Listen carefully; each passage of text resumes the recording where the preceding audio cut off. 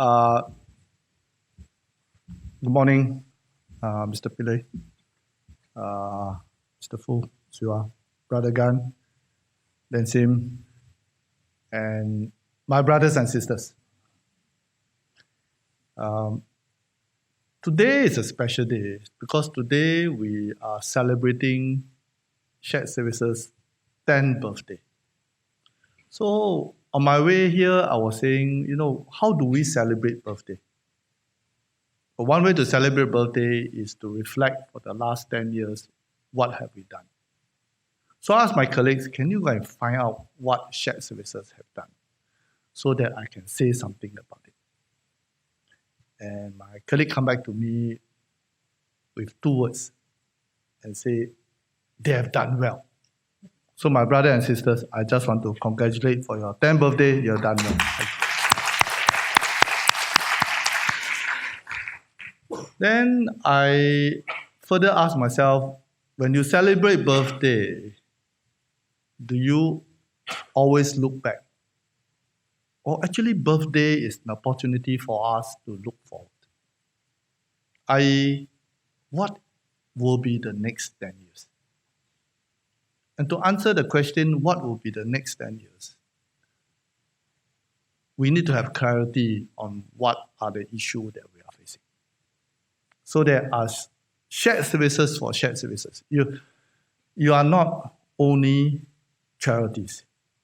You are not only shared services. You are charity for charity. And that's a code that you have embraced for yourself.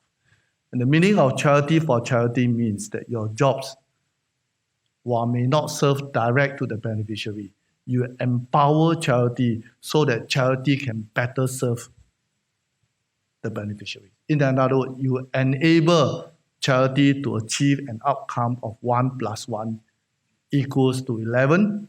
And for you, is 1 + 1 equals to 100 because you empower and you create a multiplier effect. Question is, how do you continue to create a multiplier effect in the next 10 years? So yesterday, I noticed some of you are here. Yesterday, I shared what is my thinking regarding to the future of charities. And I've spoken to some of you all yesterday. And many of you all have come to me. And together we have created one word, only one word that best describes charity in the next 10 years. And that one word is one community. What's the meaning of one community? The meaning of one community is that today, for some of us, not all, for some of us, our beneficiary rotate around us as charities. Beneficiary come to you and ask you for help. And they go for different charity for different help. So in other words, our beneficiary rotate around you. But one community is very different. One community is you rotate around the beneficiaries. How does it look like? It means to say that 5 or 6 charities work in partnership to ensure that no one is left behind. To ensure that when we help our beneficiary, we do not solve the symptoms, but we go for the root cause. So, one community is our future. And what are they? Why we embrace the one community? First is my brother and sister. Indeed, when I first visited Shared Services, I shared with them the feedback from I use the word customers, people who they help. Because I went to ask them and say, how can I help you better? And they share with me the experience with Shared Services. Then I understand now our beneficiary and our shared services, particularly the expectation of our people, has gone up. Today, if you tell your donor, you tell your volunteers, I have achieved this outcome or output indicators, They will look at you and say, but that's not the reason why I contribute my time or give you money. What they want is outcome. But outcome indicator is yesterday. Do you know today, 10 years from now, what they were looking at? They were looking at not only how you benefit the beneficiaries today, but how will you be benefiting them tomorrow? So we are talking about future impact, no longer present impact. Are we ready? The problem that our beneficiaries are facing today is no longer single faceted, it's multifaceted. And I always say, sometimes we may be the cause of the problem. I give you a good example. You read from the paper, charities go and help our senior citizens.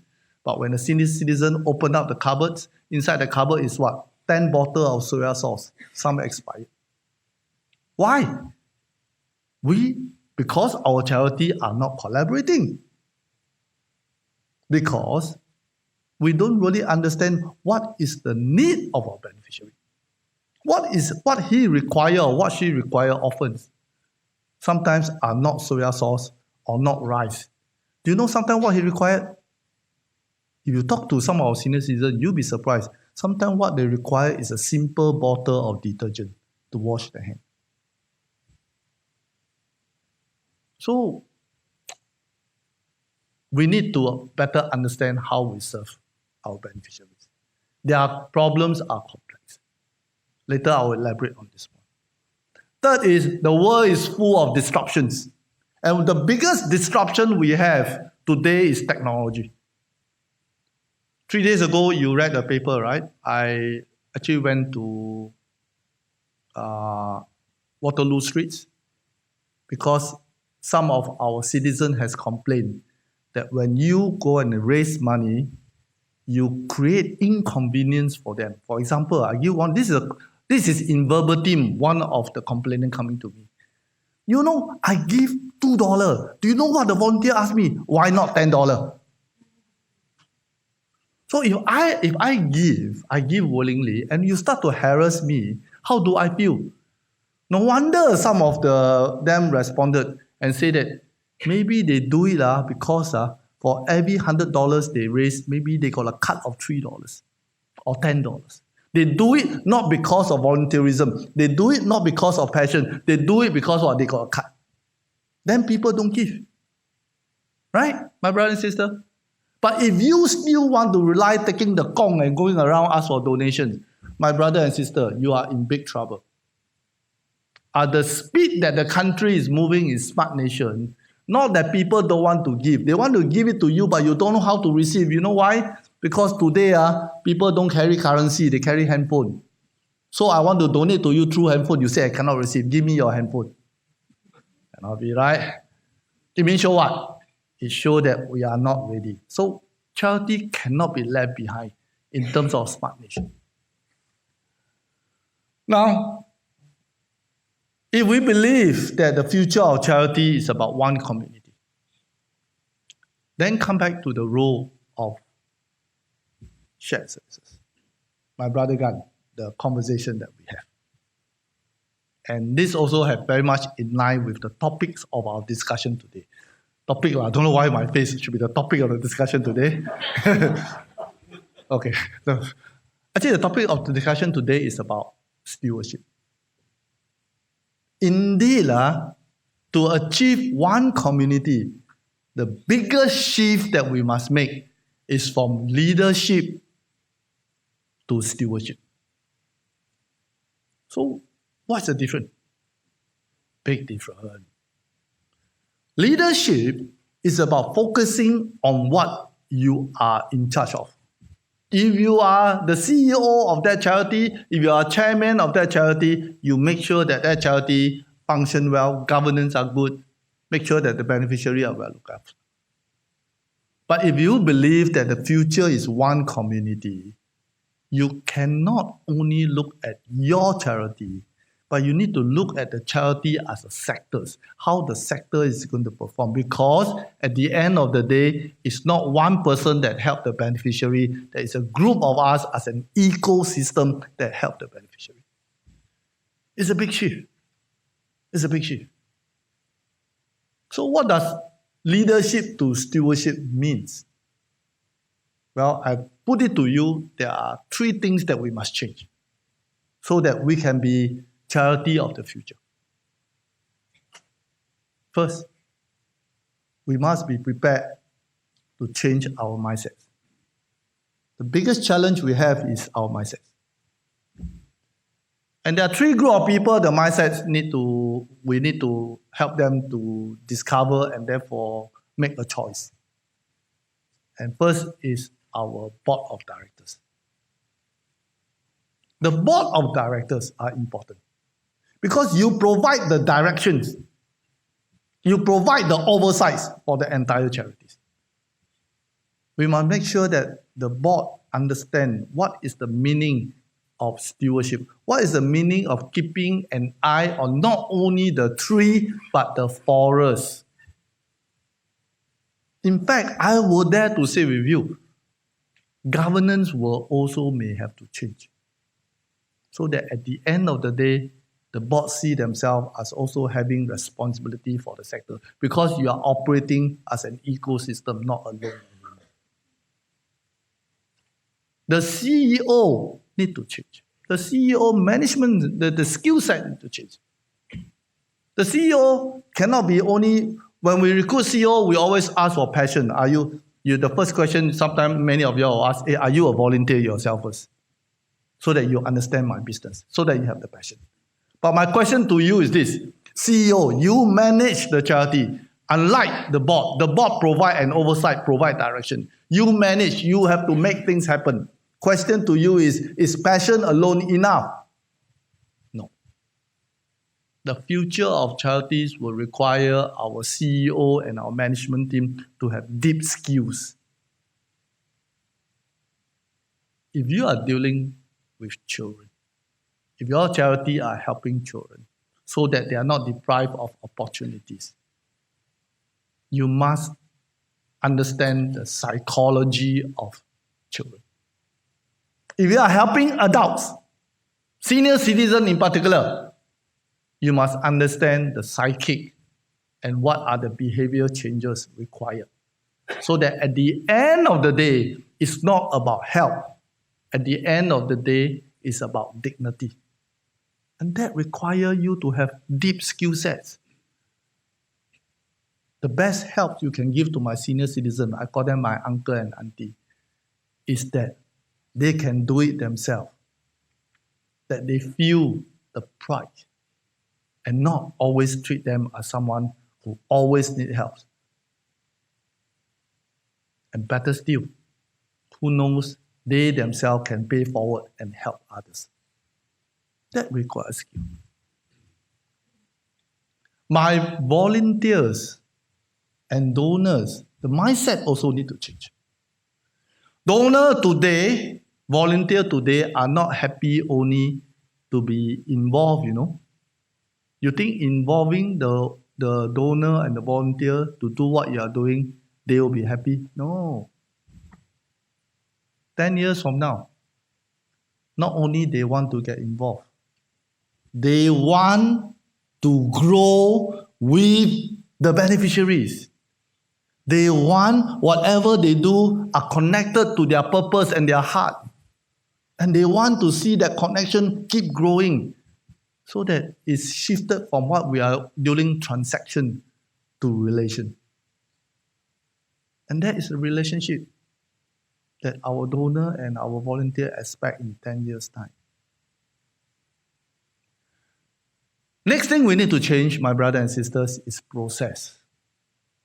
We must be prepared to change the way we work. In my earlier conversation with some of you all, I can see some familiar faces. I talk about productivity. Indeed, productivity is important for charities. Somebody tell me, charity is only about the heart. I say, yes, it's about the heart. But it's also about making sure that you are able to expand the heart. What do you mean by expanding the heart? You mean to say that for every dollars that we give it to you, you are able to maximize it so that maximum go to the beneficiary. So How do we increase productivity? Well, one thing you have to ask yourself, particularly small charities, you don't have economy of scales. Don't today I talk technology, you go and buy computers. Today I talk internal control, you get someone to be your internal auditor. You cannot do like that. Why? Because unlike big charities, you do not have economy of scales. At the same time, I don't want to overburden you with administrative costs. So how? We want cheap and we want good. How? My brother and sister, this is productivity. Productivity is about cheap, good, and fast. And that's the reason why we form shared services. What is shared services? Shared services is this. Why must my small charity must have computer systems? Why must my small charity must have overhead for people to run the digital system? All you want to do is you are able to use the system. That's all. And you are not the best in maintaining system. You are not the best in designing system. Leave this to someone who can do better than you. But you are better than others in engaging, providing direct programming services to the beneficiaries. That one you are very good. No one can replace you. My story to you is small charity is this. Do what you do best and outsource what you don't do best. And you outsource it not to the commercial sectors that will charge you hands and legs, but you outsource it to the shared services that we have built for you. I've announced, right, there's a number of shared services. There'll be a shared services on internal control that promise to charge you. There are 3 types of rate, right? I share with you, right? First is market rate, 100%. Then you have the community rate, 50%. Then you have the pro bono, free. But life cannot always be free. Must give people something back. I always believe a relationship cannot be one way. So there's in another level is know what? Low bono. Yeah. My charity people will tell you, low bono is 20% of the cost. You know why they do it? They do it because they believe their missions is to help charities. They do it because we have donors today who say, I want to invest in the multiplier. I want to give to the multiplier. Who is the multiplier? The multiplier are shared services who help shared services. And they are my shared services. So today, there's a number of them, right? There is your shared services for admin, shared services for technology. Don't buy computer system. I tell you many times. You know why? My dream is this. I built one system. I put in the shared services. You all no need to build. And you use it. And every time when there's an upgrade, I upgrade the system. For you, it's free. Guess what? I built one system. I use 5,000 times. You know who's our 5,000? There are 5,000 charities in Singapore. Why should we? Each of you have your own system. It doesn't make sense. But then you all say, but you got agenda. Oh, that means not only I will be able to see your accounts at the end of the year, I see your account every day. Yeah, some of you come to me and say that. You got agenda. My brothers and sisters, we are in charities. The hallmark of our charity is the word trust. And if you are doing good, first, I won't check you every day, I'll show you. Anyway, it's run by someone independent. But what I like to tell you is this. It's because when I work with the service provider, in this case, iShine. iShine is the charity that are service for service, charity for charity in the area of technology.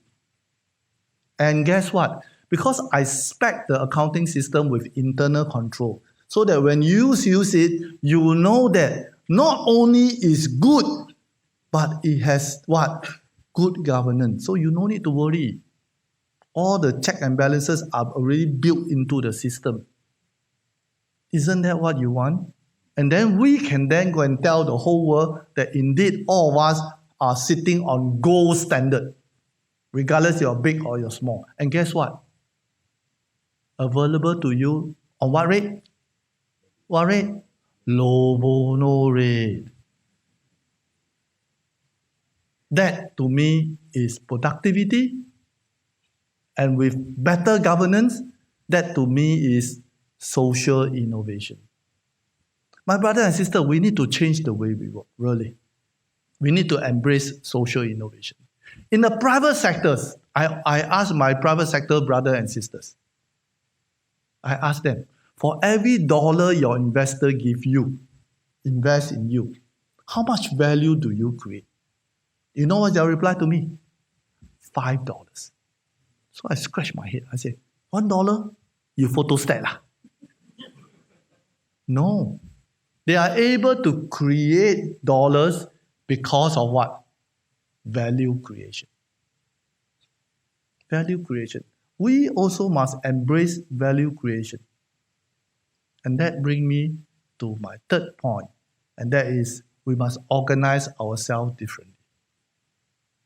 Today, we organize ourselves very much to what I call silotism. One charity, I serve you, I serve you. Other people doing, never mind, I don't care, I serve you. This is called silotism. But today's silotism doesn't work, especially if you are talking about future of charities. So my brother and sisters, you need to, in a commercial term, they call hunt as a pack. What is hunt as a pack? Hunt as a pack means you need to go out and serve your beneficiary as an ecosystem. Not hunting, not unlike the private sector, but the concept is the same. It's an ecosystemic approach. I give you an example. Someone, an elderly uncle, released from the hospital because he's a frequent flyer.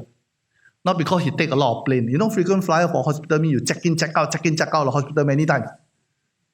Even to the extent that they give them a PPS card, you take SQ, they give you this card. So, frequent flyer. What we need is when a person check out from the hospital, especially a frequent flyer uncle or auntie, first thing we do is we must make sure that the first group of charity must help him to recover. People who do medical escort. People who ensure that they take the medicine regularly. People to ensure that they don't fall. I read the paper yesterday. Another senior citizen died alone at home. I'm very sad. No senior citizen deserves to die at home alone. No senior citizen. So the first part of the charity is to make sure he recovers. The second part of charity is what? Make sure that he eat healthy. He what? Stay healthy. He has active aging. Yes, because life is not about only recovering from sickness. Life is about what? It's about being active, mentally, physically. The third part of the charity is to make sure that life is purposeful and enjoyable, quality of life. These are my PA folks, talking about, ensuring that he attend classes, ensuring that he has social interactions. Why? Because you and I know if I don't interact, one day my days will slowly degenerate. So, you can see charity on live, work, and play must come together as an ecosystem. More importantly, maybe the root cause, the root solution for this uncle could actually be finding him a job, You think carefully about it. You get a job for uncle. May not necessarily be a full-time job. Can be a part-time job. Once he got the job, he start to what? He need to wake up. There's a discipline of waking up. There's a discipline of doing things. There's a discipline of interacting. But you help him because he need to help to get a job. He need to help to do a job. He need to be trained to do a job. And once he get the job, maybe all other issues are not there. This is what I call solving the root and not the symptoms of people who need help. And to do that, charity must operate as an ecosystem. My sister behind take a card and say 5 minutes. So I shall wrap up already. My brother and sisters, today, Shared Services for Shared Services is celebrating your 10th birthday.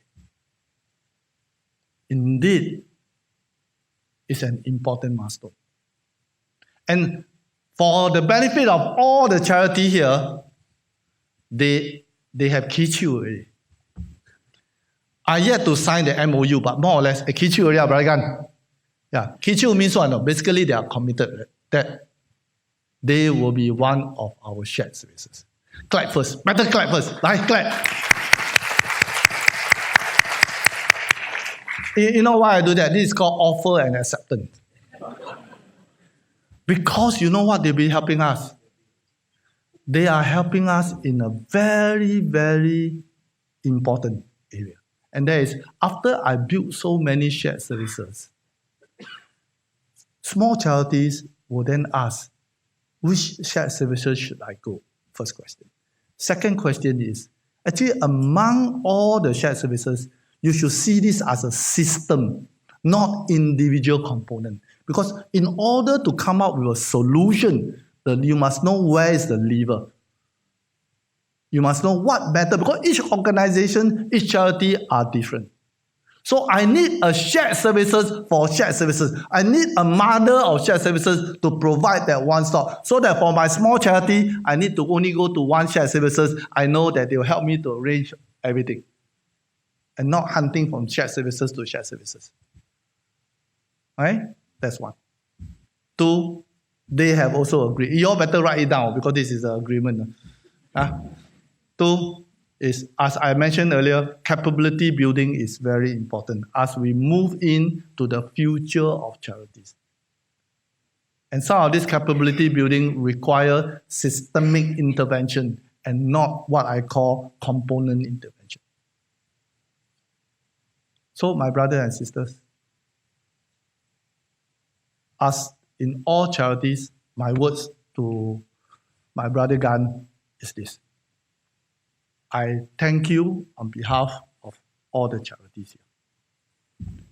And as I said many times, and I'll repeat it, and that is, you will not walk the journey alone. We will walk the journey with you. As Commissioner of Charities, I undertake that this is my responsibility to make sure that we are future ready. And therefore, I will walk the journey with you regarding to what we need to do. Need be pull in more partners to enable you to do it, but we'll do it together.